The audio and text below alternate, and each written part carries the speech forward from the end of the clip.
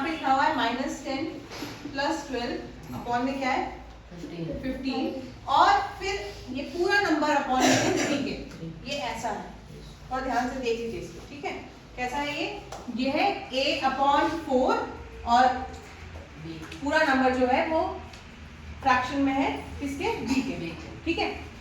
ये डिफरेंस समझना इसलिए जरूरी है क्योंकि कंफ्यूजन फिर से हो जाएगी। आप इसको सॉल्व करोगे -10 + 2 प्लस माइनस माइनस होता है, बड़ा साइन पॉजिटिव है, ऊपर वाली चीज की जो वैल्यू है वो 2 आ जाएगी। यहाँ पर 15 बना हुआ है और पूरा जो ये फ्रैक्शन है 2/15 इज डिवाइडेड बाय 3, ऐसा लिखा हुआ।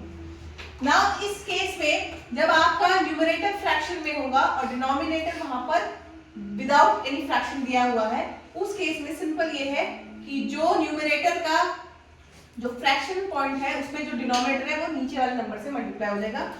ये आप इसको ऐसे लिखोगे, ठीक है। अगर मैं इसको थोड़ा सा अपोजिट कर दूं और मैं यहाँ पे ये लिखूं कि यहाँ पे गिवन है 2 और यहाँ पे गिवन है 4/3, ठीक है। उस कंडीशन में क्या होता है, उस कंडीशन में ये जो डिनोमिनेटर है ये रेसिप्रोकल होगा, यानी कि 2 × 3/4। ये डिफरेंस याद रख लो, फिर आपको इस वाले पॉइंट पे कंफ्यूजन नहीं होगी, क्योंकि इस पॉइंट पे ही हम अटक गए थे और इसी की वजह से इसे हम सॉल्व नहीं हो पाते, ठीक है। और कुछ पूछना है इसमें? हाँ बस।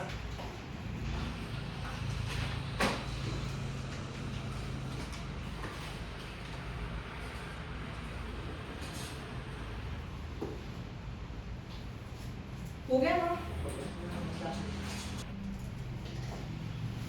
एक बार फिर से बता देती हूँ आप लोगों को। सबसे पहली चीज आइडेंटिटी या लॉ ऑफ एक्सपोनेंट क्या लगेगा, ठीक। यहाँ पर लॉ ऑफ एक्सपोनेंट ये लगेगा कि am × an, जब बेस नंबर ये क्या है, ये बेस नंबर है और इसको क्या कहते हैं, पावर कहते हैं, ठीक है। जब बेस नंबर सेम होता है तो वो कॉमन हो जाएगा। m × n है, यानी कि m + n यहाँ पे ऐसे लिखा जाएगा, पहली चीज, ठीक है। तो यहाँ पर देखो न्यूमरेटर में x m + n, यही रूल यहाँ पे लगा रही है, यही आइडेंटिटी। फिर प्लस में क्या आएगा n + n, फिर क्या आएगा n + m। इतना समझ में आया? नाउ सेम आइडेंटिटी यहाँ पे लगेगी, कैसे, n और n ये ऐड हो जाएंगे और ये आपका स्क्वायर में चला जाएगा, ठीक है। अब सिंपल है बेटा, ये जो आपका यहाँ पर क्या दिया हुआ है, पावर दी हुई है, 2 बार m है, यानी कि आप लिखोगे 2m, फिर 2 बार n है, यानी कि ये 2n हो गया, 2 बार n है, यानी कि ये 2n हो गया, सीधी बात। और यहाँ पर जरा इसको ध्यान से देखोगे आप, ये क्या करेगा, स्क्वायर करेगा, ठीक। स्क्वायर करेगा तो आप इसको कैसे लिख सकते हो, x², ठीक है। और जो ये नंबर्स दिए हुए हैं, ठीक, इसको भी हम क्या कर सकते हैं, 2 बार लिख सकते हैं। नाउ यहां पर एक चीज देख लीजिए,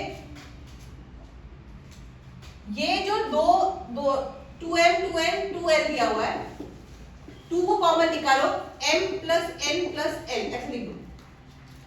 और यहां पर क्या है, x² m + n + l, ठीक है। 2 तरीके मैंने बताए थे, आप डायरेक्टली x² से x² को कट कर देंगे और जो ये यहाँ पे जो पावर दी हुई है क्योंकि वो भी सेम है तो वो भी कट हो जाएगी, सीधी सीधी वैल्यू 1 आ जाएगी। नहीं तो एक आइडेंटिटी आपने एक और भी पढ़ी थी, a की पावर 0, किसी नंबर की पावर अगर 0 होगी तो वहां पे वैल्यू 1 आएगी। अब ये 0 कैसे आएगा, इसके लिए भी मैंने बताया था क्या करना पड़ेगा, जो ये नंबर था मैंने बोला था इसको ऊपर भेज दो, यानी कि ये जो पावर है इसको ऊपर भेजोगे, माइनस हो जाएगा, ये दोनों माइनस हो जाएंगे, तो x² की पावर 0 बचेगी, तो उसकी वैल्यू क्या आनी है, 1 ही आनी है, ठीक है। तो बेटर तरीका है आप सिंपलीफाई करके इसको कट करो, ठीक। तो वैल्यू क्या है, हमारे आंसर क्या है, 1, ठीक है। क्वेश्चन नंबर 5, 6 और 7। अब जैसे जैसे आप देखोगे आगे ये क्वेश्चन और डिफिकल्ट होगा, जो पहले हमने क्वेश्चन किए थे। Sum of 2 rational numbers, the sum of 2 rational number is -4/5 if one rational number is this, find the other rational number।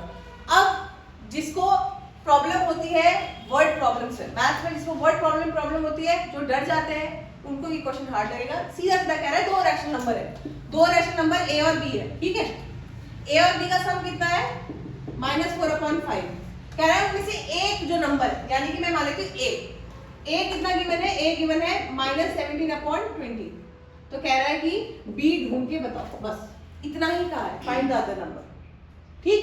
यानी कि यहाँ पे क्या करना पड़ेगा, -17/20 प्लस b इक्वल्स टू -4/5 बस। और d को आप यहीं पे रख लीजिए, प्लस को ठीक है। b को यहाँ पे रखेंगे, फिर क्या करना पड़ेगा, ये वाला इधर ले दो, तो -17/20 प्लस अब 4/5 एलसीएम लोगे 20 आएगा, एलसीएम 5 और 20 का एलसीएम 20 आएगा। 5 4 जा 20, तो ये भी 4 से होगा, -17 प्लस 16 -1/20। अब ये वैल्यू आ जाएगी, ठीक है। बस इतना ही करना है।